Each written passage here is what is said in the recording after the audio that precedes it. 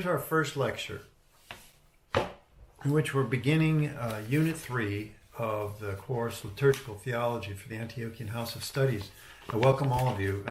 Our theme today, first of our theological lectures, is relationship of this course theme to Christian initiation and liturgy.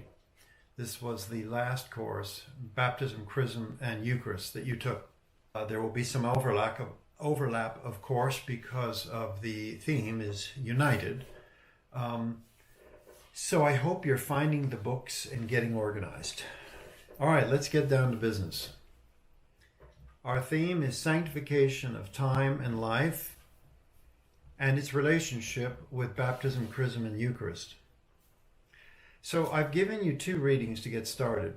That from Archimandrite Vasilios of Stavronikita Monastery in Mount Athos, and he presents the character of Orthodox theology as liturgical.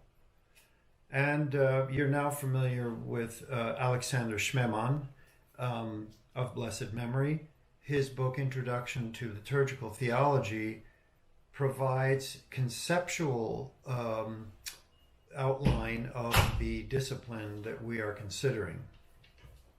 I'm emphasizing Vasilios. I'm more interested in you studying this book, the page numbers that I've identified in the course syllabus, more than any other, because this will give you the proper theological orientation to Orthodox liturgics. And Father Alexander Schmemann's approach is a bit too academic and is formed from his long academic career, whereas Abbot Vasilios from his many years as an ascetic on the Holy Mountain. I'm emphasizing Vasilios. The author, Archimandrite Vasilios, was one of the heads of the monasteries that brought about a monastic revival on the Holy Mountain at the end of the 60s into the 70s. You could call it kind of the summer of love in a positive sense. At the time when the whole world was going mad, on the Holy Mountain, the monks were slowly populating the monasteries once again. So his book, Hymn of Entry, provides fundamental essays for serious close reading and absorption. This is rooted in the mother lode of our theology itself. Dionysius the Areopagite, St. Maximus the Confessor, St. Gregory Palamas, also an Athonite, and this trajectory of theology, which is at once mystical. It is the theology of the Church enshrined in the feast day of St. Gregory Palamas. The triumph of orthodoxy is manifest in his feast day. There is an utter disregard in this book for the scourge of scholasticism and Protestantism, this intellectualized theology. Augustine's plan was credo ut intelligam. I believe in order that I may understand. But we're going to find that this is not the program of the Church. Our course title is Liturgical Theology. In a way, this title is a bit misleading. The Western division of theological studies into spheres, spelled out by Alexander Schmemann on page 18 of his book, says, between Scripture as text and its use in dogmatics, there stands biblical theology. Between worship as a fact and its use in dogmatics, there stands liturgical theology. So in this academic breakdown of theology, you have biblical studies, biblical theology, and the fruits of it feeding into dogmatics. And then on another vein, you have worship, that is the study of worship or liturgics, feeding into liturgical theology, and the fruits of that going into dogmatics. So in this schema, dogmatics is the goal in order to build a grand understanding. This is Augustine, credo ut intelligam. However, when you read Vasilios, you'll see that he has no such interest. Rather, this is an encounter In worship, we theologize, and in theologizing, we worship. So in reading Vasilios, the apophatic and the confessional, dual-natured character of theology is set forth. Vasilios' theology is a Golgotha for the intelligence, whereas Schmemann, theology is a search for words appropriate to the nature of God. See page 17. But who can say anything about the nature of God? Indeed, the anaphora at the Eucharist in the liturgy of St. John Chrysostom says this: Thou art God, ineffable, inconceivable, invisible, incomprehensible. Ever thou art, and in the very same way thou art. This apophatic language then denies explicability of the nature of God. God is ineffable. That means we cannot speak positively about his nature. St. Basil the Great did use the words theoprepis logi, which Alexander Schmemann cited in his book on page 17. But these Basilian words, that is St. Basil's meaning here, is that words or expressions must be found suitable for talking about God, which in the end of the day is what theologia or theology is. It is talking about God.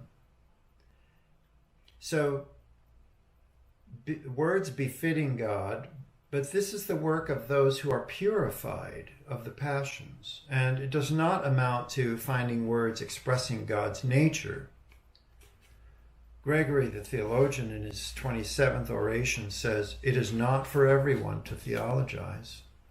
So I think this course could be called Liturgical Theology in a kind of specialized sense. That is to say, we're speaking about liturgics, which is inevitably going to be a theological endeavor, as long as we don't separate liturgics from theology as though liturgics were simply a feeding ground for the fruits that would be taken up into some kind of conceptual system of theology.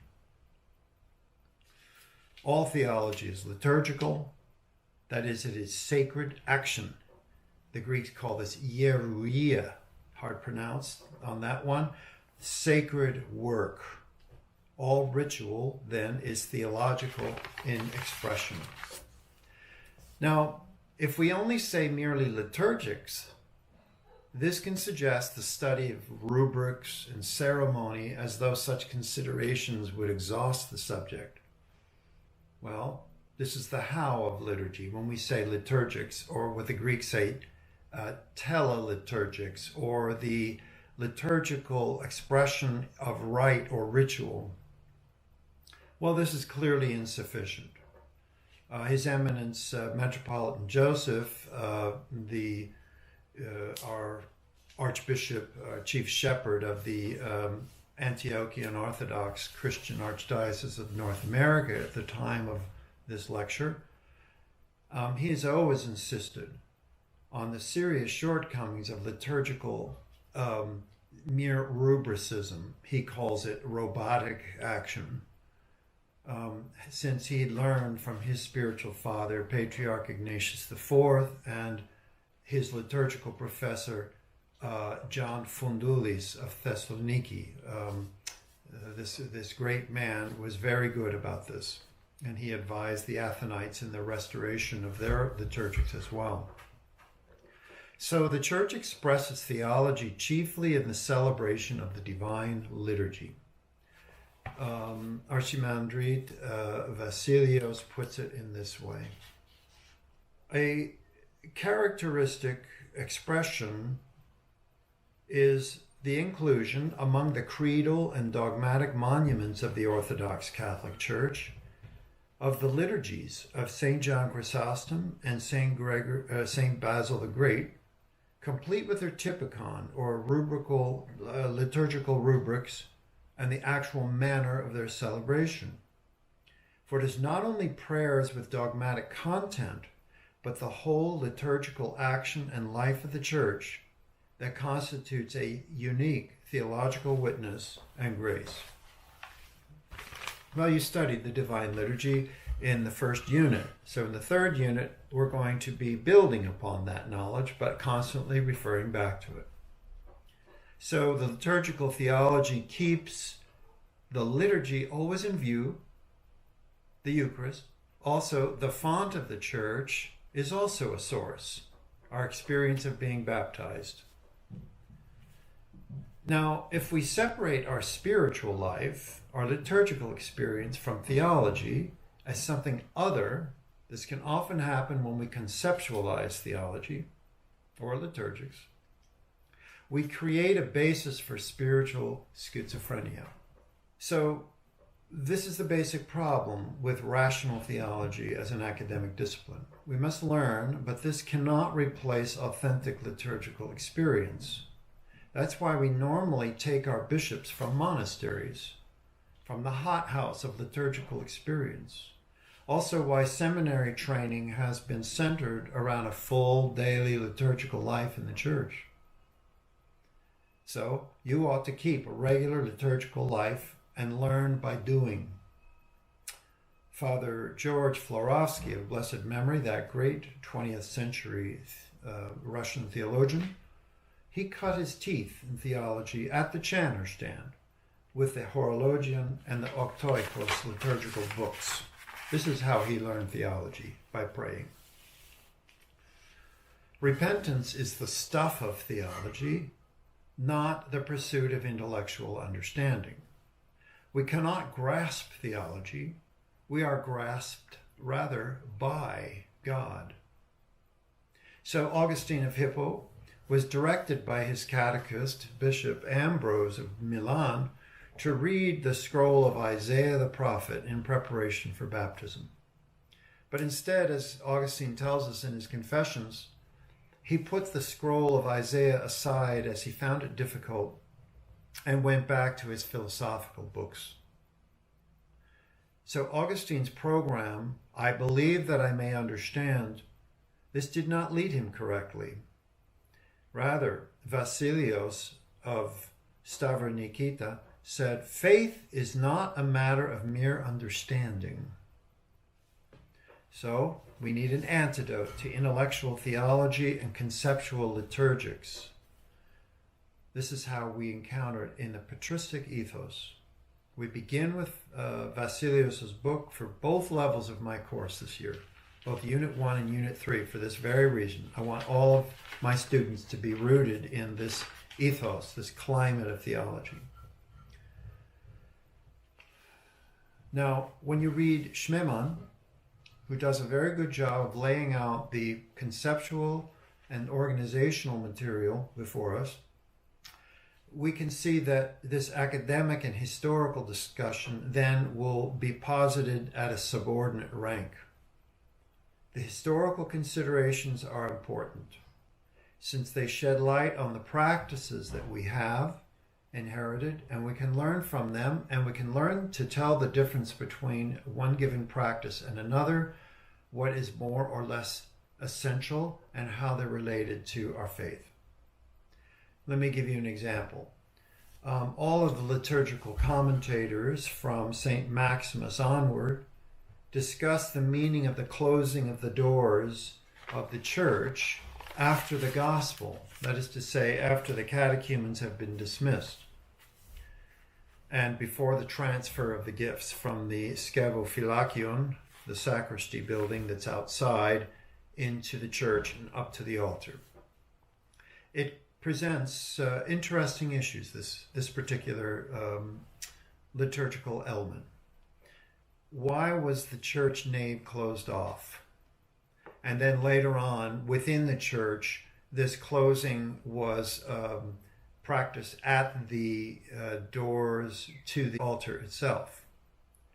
In the West, this never happened with a screen, but it did happen by creating an ever greater distance between the altar and the people, You can tell by looking at the church architecture in the High Middle Ages. So why the veiling of the mysteries by closing the doors?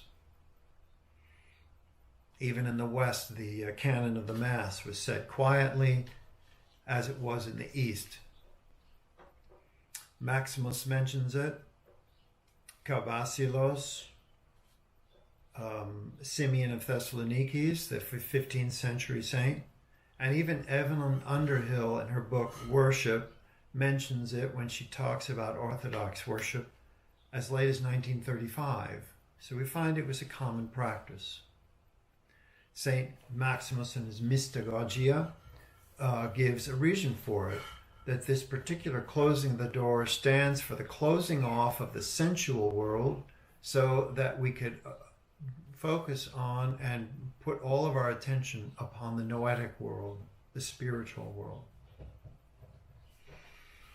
So, we will see in this course how the Church expresses life in Christ in constant communion, set within the flowering of liturgical time, that is to say, the daily cycle of time, the weekly cycle, the annual cycles, both of the fixed feast commemorations and the movable cycle based on Pascha. And also the sanctification of our life through the occasional mysteries of the Church, and all in the atmosphere of prayer, which is our oxygen. If Eucharist be our food, then prayer is our air. As well, all the Holy Fathers are liturgical persons. That is to say, we name the liturgy that we're celebrating after the saints. We have the liturgy of John Chrysostom, the liturgy of St. Basil the Great, the liturgy of St. Gregory, and so on. Outside of the liturgy, it is impossible to understand Orthodox faith and theology. So also, we must approach the liturgical texts and patristic writings with the very same reverence that we pay to their icon and relics. Okay, let us turn our attention to the taxis of our church services.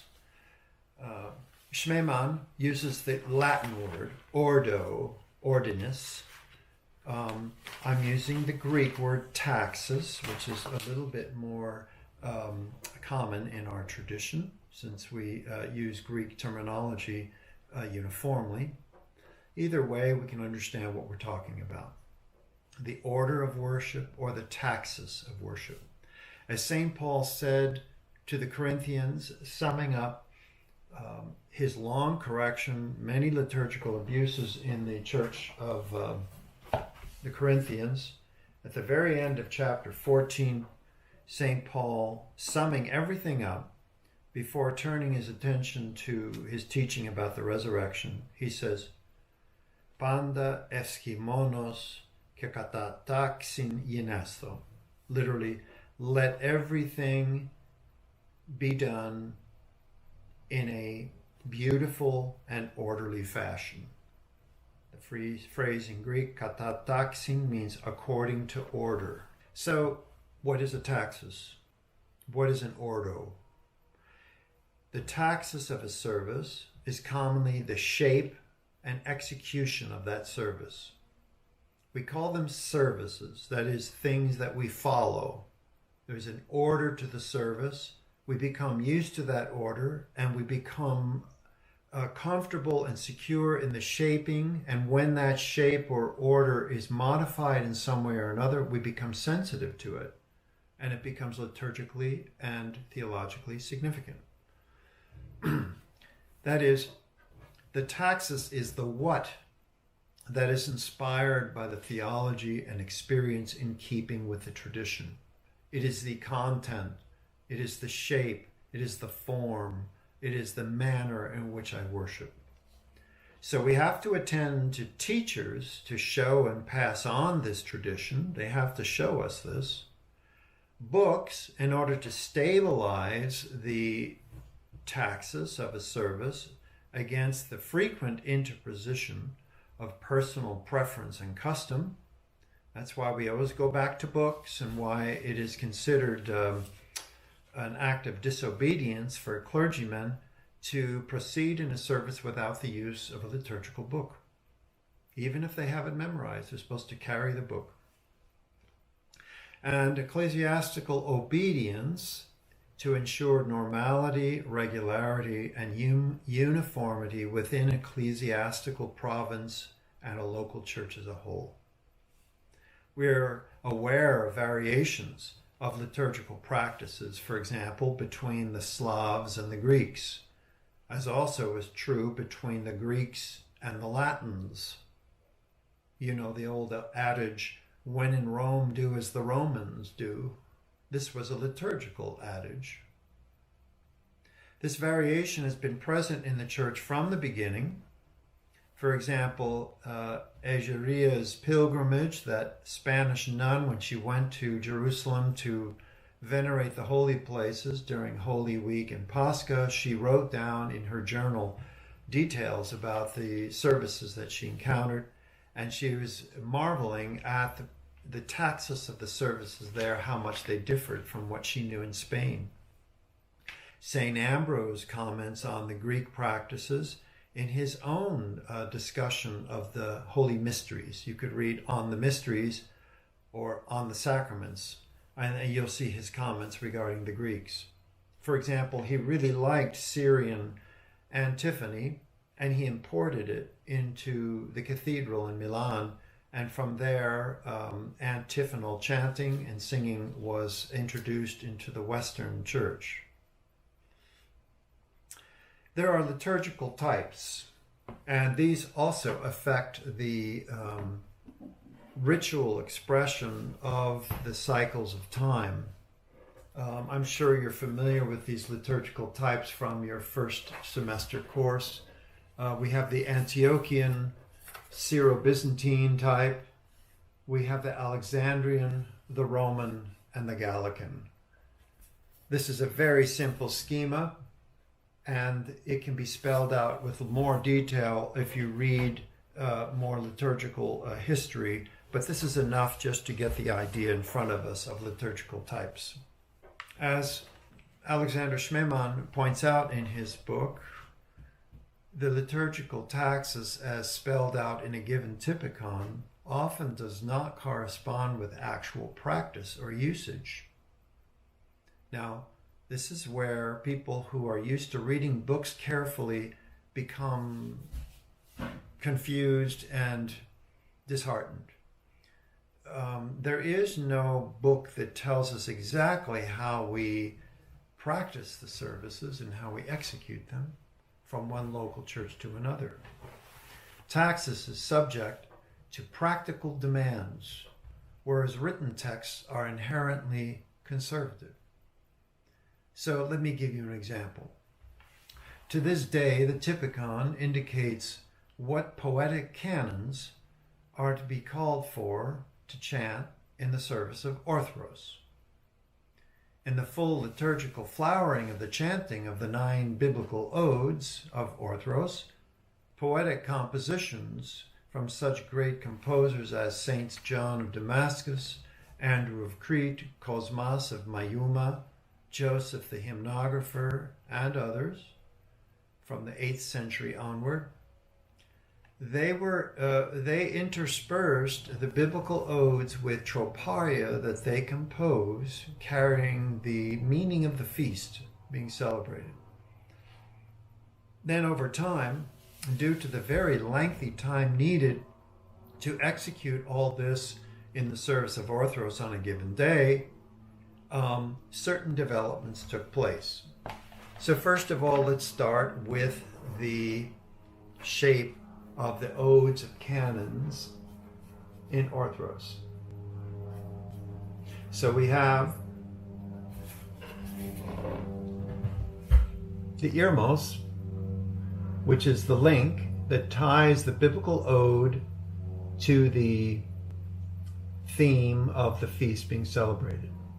Then there are troparia that are inserted with or interspersed with verses of the biblical odes. And then on festal days, At the end of a given ode, the irmos is repeated as a katavasia. Now, a katavasia is a irmos that is sung at the end in a more celebratory manner. There are 14 elements to this structure.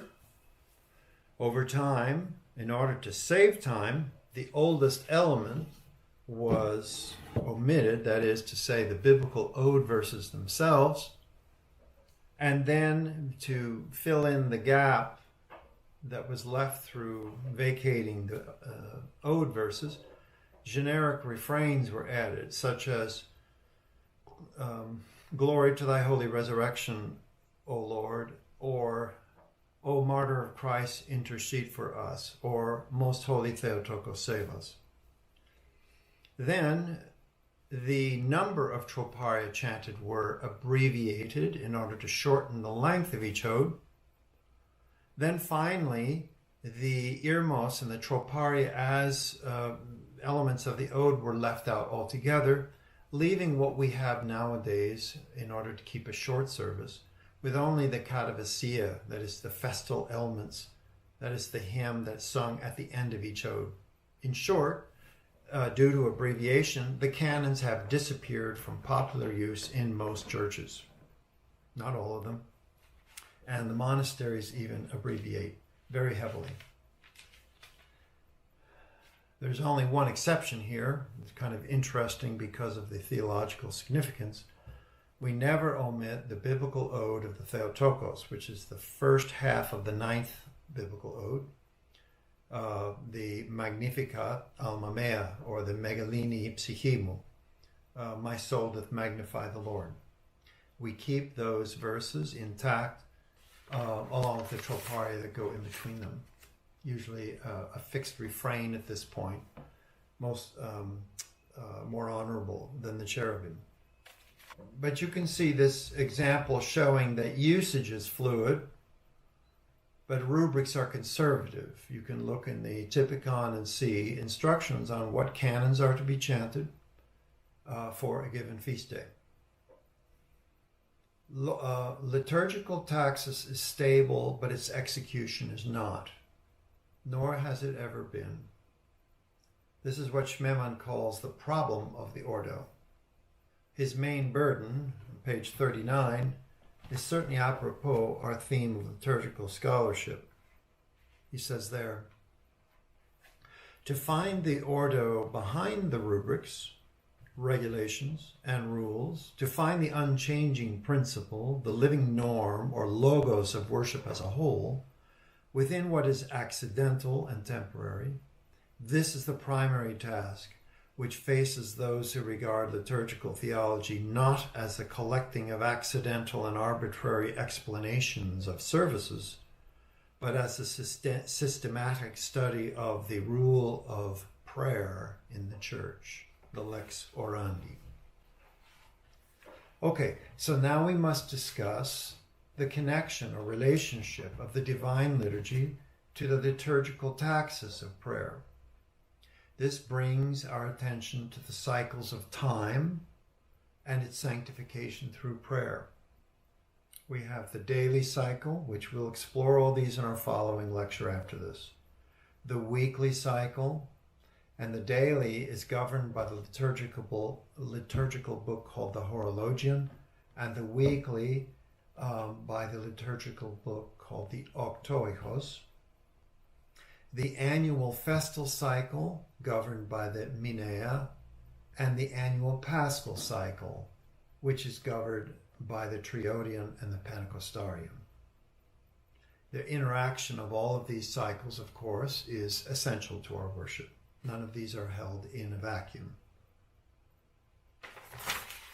So now we shall see that the liturgy, independent of any of these cycles of time, but at the same time, it occupies a customary place within the daily cycle according to the character of the other cycles also occurring. For example, the Divine Liturgy was customarily celebrated on the Lord's Day from the very beginning. This is mentioned in the book of the Apocalypse, chapter 4, verse 1.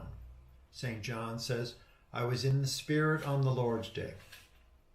And then also on Saturdays, in the East from very early times, it's never been a fasting day for us. This is why the Saturday and Sunday lectionary is closely connected. Weekday celebration of the Divine Liturgy only occurred on solemn feast days or major saints' days. Then, as time went on, a lectionary was developed for simple weekday liturgies as well to meet the increasing demands and longings of the monastics.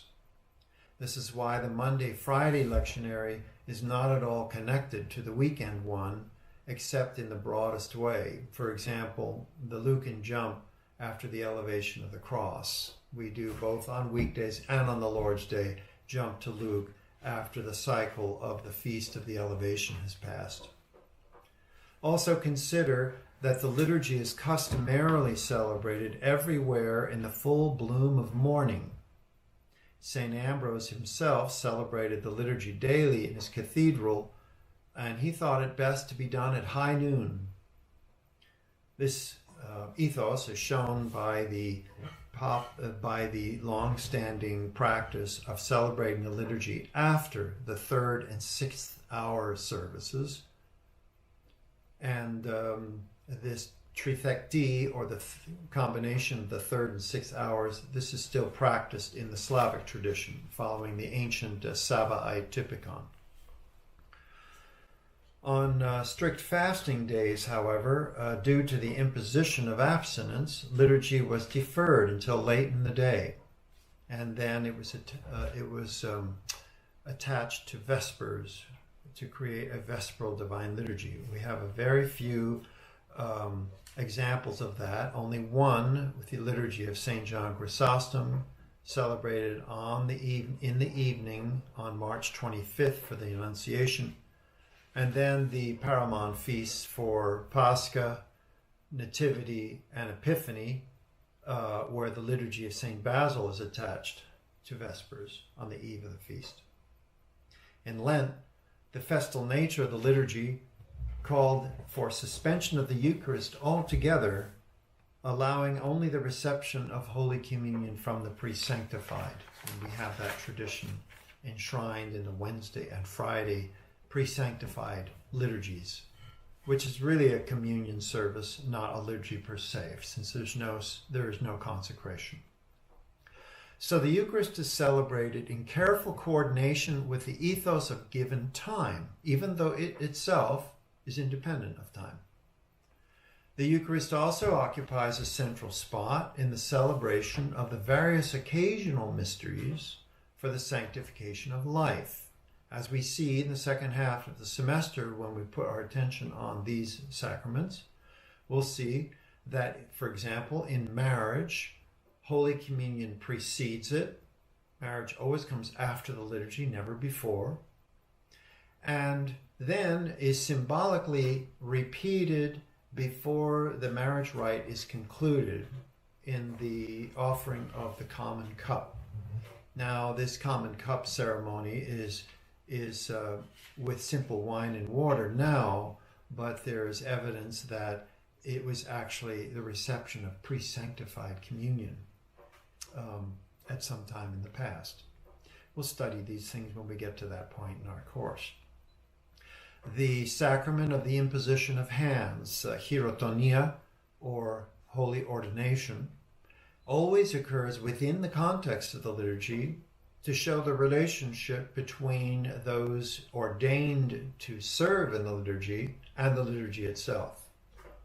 The bishop, priest, and deacon are ordained each at specific points in the liturgy, indicating their role in the liturgy. The funeral is celebrated in context with the liturgy, always for priests and bishops, and frequently even for laymen, as the case may be. The sacrament of prayer oil and the sacrament of Holy Confession, both having to do with healing and the restoration to good standing in the church, are not organically connected to the liturgy, but show a kind of connection in terms of therapy, so that the one experiencing the grace of God through those sacraments then can approach the liturgy with a good spiritual state. Now, you considered the relationship between Eucharist and the mysteries of initiation in the last unit.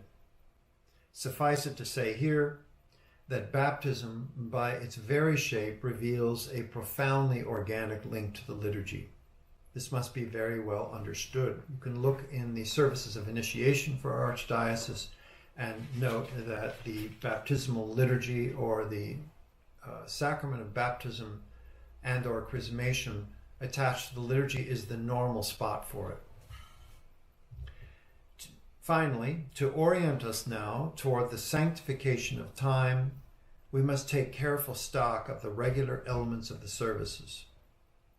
7 times a day will I praise thee, O Lord. So, according to the Horologion, organized on Roman time, we have these 3 complexes of services. The first one is midnight, orthros, and first hour, which we begin the day with. The 3rd and 6th hours, usually followed by the liturgy. That's the midday complex. And then the 9th hour, Vespers Compline complex, which is the evening nightfall complex. So we have 3 complexes of services with 3 services each, 3 times 3.